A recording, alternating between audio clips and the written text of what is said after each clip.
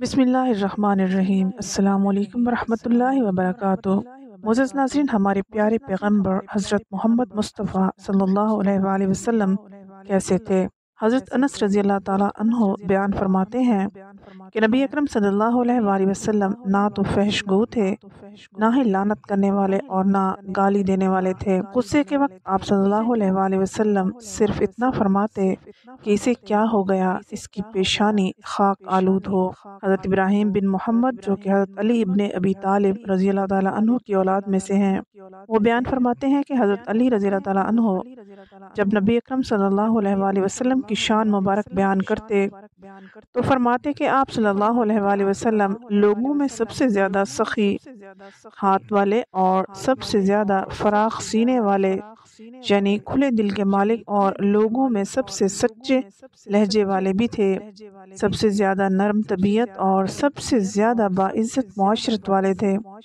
آپ صلی اللہ علیہ وآلہ وسلم کو اچانک دیکھنے والا مرعوب ہو جاتا تھا، اور آپ صلی اللہ علیہ وآلہ وسلم کے ساتھ میل جول رکھنے والا آپ صلی اللہ علیہ وآلہ وسلم سے محبت کرنے لگتا تھا۔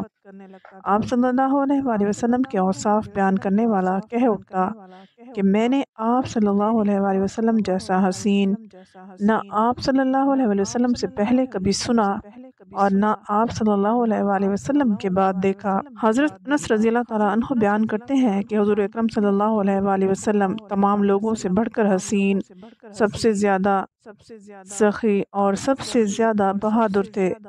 ایک رات اہل مدینہ کو خطرہ محسوس ہوا اور لوگ خطرناک آواز کی طرف دوڑے تو انہیں نبی اکرم صلی اللہ علیہ وآلہ وسلم راستے میں واپس آتے ہوئے ملے، جو تمام لوگوں سے پہلے آواز کی جگہ جا پہنچے تھے، اور آپ صلی اللہ علیہ وآلہ وسلم فرما رہے تھے ڈرو مت، ڈرو مت، یعنی آپ صلی اللہ علیہ وآلہ وسلم اتنے بہادر تھے کہ سارے مدینہ والوں سے پہلے اکیلے اس خبر کی تحقیق کے لیے چلے گئے تھے۔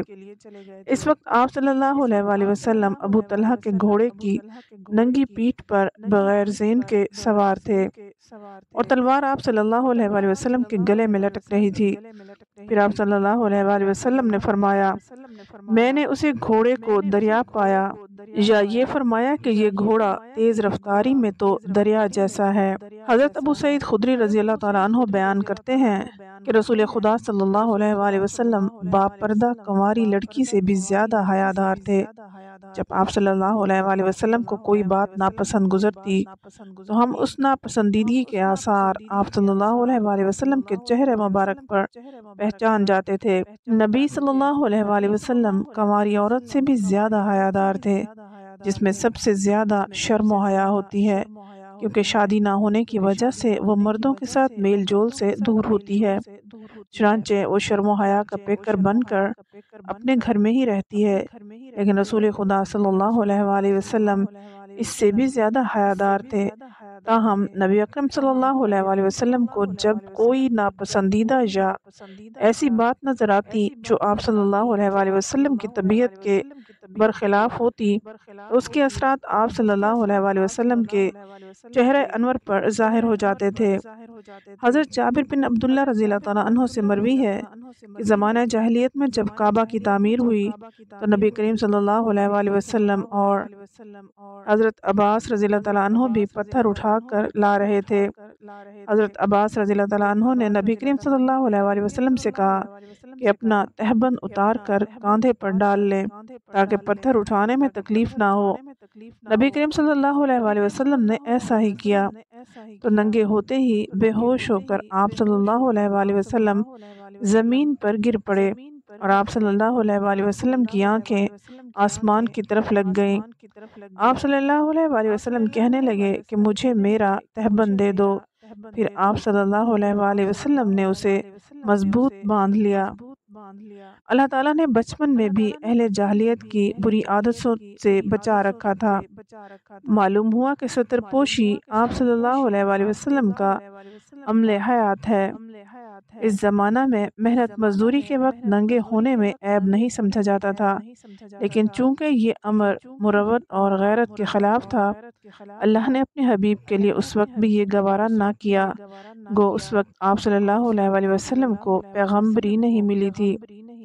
حضرت عائشہ صدیقہ رضی اللہ تعالیٰ عنہا بیان کرتی ہیں کہ نبی اکرم صلی اللہ علیہ وآلہ وسلم میرے گھر میں بستر پر لیٹے ہوئے تھے، اس عالم میں کہ آپ صلی اللہ علیہ وآلہ وسلم کی دونوں مبارک پنڈلیاں کچھ ظاہر ہو رہی تھیں۔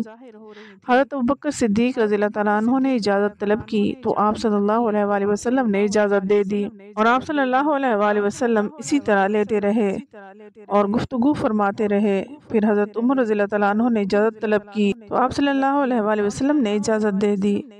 جب آپ صلی اللہ علیہ وآلہ وسلم اسی طرح ہی لیٹے رہے اور گفتگو فرماتے رہے، پھر حضرت عثمان رضی اللہ تعالیٰ عنہ نے اجازت طلب کی تو حضور پاک صلی اللہ علیہ وآلہ وسلم اٹھ کر بیٹھ گئے اور اپنے کپڑے درست کر لیے۔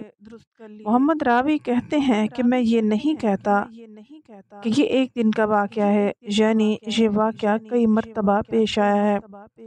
حضرت عثمان رضی اللہ تعالیٰ عنہ آ کر باتیں کرتے رہے۔ جب وہ چلے گئے تو حضرت عائشہ صدیقہ رضی اللہ تعالیٰ عنہا نے عرض کیا، یا رسول اللہ صلی اللہ علیہ وآلہ وسلم، حضرت ابوبکر صدیق رضی اللہ تعالیٰ عنہ آئے تو آپ صلی اللہ علیہ وآلہ وسلم نے ان کا فکر و اہتمام نہیں کیا۔ حضرت عمر فاروق رضی اللہ تعالیٰ عنہ آئے تب بھی آپ صلی اللہ علیہ وآلہ وسلم نے کوئی فکر و اہتمام نہیں کیا، اور جب حضرت عثمان رضی اللہ تعالیٰ عنہ آئے تو آپ صلی اللہ علیہ وآلہ وسلم اٹھ کر بیٹھ گئے اور اپنے کپڑے درست کر لیے۔ آپ صلی اللہ علیہ وآلہ وسلم نے فرمایا، میں اس شخص سے کیسے حیا نہ کروں جس سے فرشتے بھی حیا کرتے ہیں۔ حضور اقدس صلی اللہ علیہ وآلہ وسلم کی چال بہت تیز تھی۔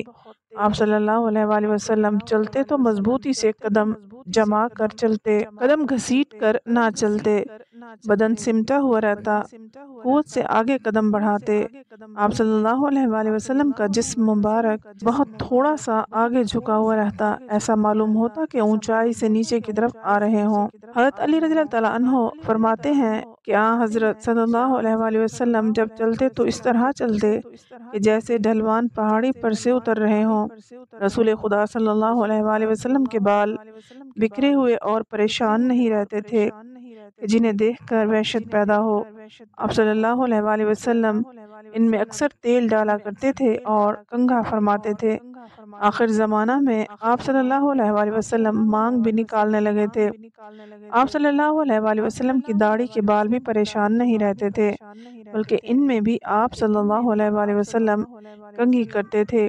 ایک بار آپ صلی اللہ علیہ وآلہ وسلم نے ایک شخص کے بال بہت پریشان دیکھے تو فرمایا کہ اس سے اتنا بھی نہیں ہو سکا کہ بالوں کو درست کر لے۔ لباس کے معاملے میں حضور پاک صلی اللہ علیہ وآلہ وسلم کی سنت یہ تھی کہ آپ صلی اللہ علیہ وآلہ وسلم کسی خاص وضع قطع کے کپڑے کے پابند نہ تھے، بلکہ ہر وہ کپڑا جو سطر کو پوری طرح ڈھانپ سکے آپ صلی اللہ علیہ وآلہ وسلم نے استعمال فرمایا ہے۔ آپ صلی اللہ علیہ وآلہ وسلم نے اچھے سے اچھے کپڑے بھی پہنے ہیں اور معمولی سے معمولی بھی، یہاں تک کہ پیوند لگے کپڑے بھی پہنے۔ رسول خدا صلی اللہ علیہ وآلہ وسلم کو سلام کرنے کی عادت بہت پسند تھی۔ آپ صلی اللہ علیہ وآلہ وسلم سلام کرنے میں ہمیشہ پہل کرتے تھے۔ آپ صلی اللہ علیہ وآلہ وسلم نے فرمایا کہ 3 باتیں جس کسی میں جمع ہو گئیں سمجھ لو کہ اس میں ایمان جمع ہو گیا: اپنے نفس کے ساتھ انصاف کرنا، گناہوں سے بچنا اور نیکی کرنا، ہر جانے انجانے کو سلام کرنا یعنی سلام کو پھیلانا، تنگی یعنی غریبی میں بھی خدا کے نام پر خرچ کرنا۔ اللہ پاک ہمیں حضور پاک صلی اللہ علیہ وآلہ وسلم کی سنتوں پر عمل کرنے کی توفیق عطا فرمائے، آمین۔ امید ہے آپ کو ہماری آج کی ویڈیو پسند آئی ہوگی۔ مزید ویڈیوز کے لیے ہمارے چینل کو سبسکرائب کریں، ویڈیو کو لائک اور شیئر ضرور کریں۔ اگلی ویڈیو تک اجازت دیں، اللہ حافظ۔